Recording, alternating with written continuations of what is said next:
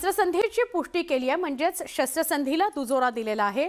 इराणचे परराष्ट्र मंत्री आरग यांनी शस्त्रसंधीची अधिकृत पुष्टी केली आहे। 2 आठवड्यांकरता युद्धविरामावर सहमती झाल्याचं आरग म्हणाले। पुढील 2 आठवडे हॉर्मुझ सामुद्रधुनीतून वाहतूक सुरू राहणार आहे, असंही त्यांनी स्पष्ट केलं। 10 सूत्री प्रस्तावावर चर्चा होणार असल्याचं आरग म्हणाले। अमेरिकेने हा 10 सूत्री प्रस्ताव स्वीकारला असल्याची माहिती त्यांनी दिली आहे।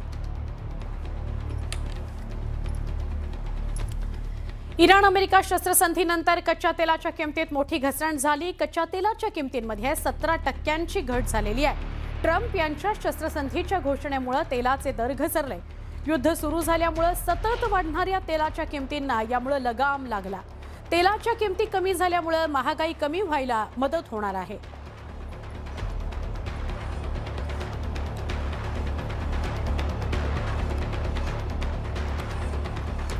इराणनेही अमेरिकेच्या शस्त्रसंधीच्या प्रस्तावाला मान्यता दिली आणि शस्त्रसंधीचा प्रस्ताव स्वीकारला। इराणचे सर्वोच्च नेता मोज्तबा खामेनी यांनी युद्धविरामाला मंजुरी दिली आहे। दरम्यान युद्धविरामातील अटी शर्थींवर शुक्रवारपासून सखोल चर्चा होणार आहे। इस्लामाबादमध्ये ती होणार आहे। म्हणजेच अमेरिकेकडून जारी करण्यात आलेल्या अटींवर सखोल चर्चा करण्याकरता पुढचा 15 दिवसांचा वेळ आहे। महत्त्वाची माहिती आहे ही। इराण, अमेरिका, इस्रायल यांच्यात जवळपास 40 दिवस युद्ध सुरू होतं। त्यामध्ये याआधी सुद्धा अमेरिकेनं 1 आठवड्याचा युद्धविराम घोषित केलेला होता। आता मात्र 2 आठवड्यांचा म्हणजे 15 दिवसांचा युद्धविराम घोषित केलाय। त्याला इराणनं पण मान्यता दिलेली आहे, सहमती दर्शवलेली आहे। आणि या 2 देशांमध्ये असं ठरलंय की आता इस्लामाबादमध्ये इराणनं जे 10 सूत्री कलम ठेवलेलं आहे, अटी ठेवलेल्या आहेत, त्याच्यावर इस्लामाबादमध्ये इराण आणि अमेरिकेमध्ये चर्चा होईल।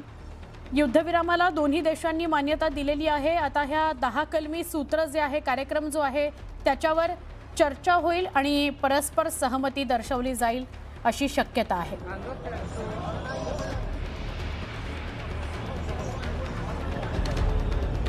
इतर देशांकरता सुद्धा ही फार महत्त्वाची घडामोड आहे। अमेरिका असं म्हणते की आम्हाला जे इप्सित साध्य करायचं होतं ते झालेलं आहे आणि त्यामुळे आम्ही युद्धविरामाच्या दिशेने पाऊल टाकतो आहोत।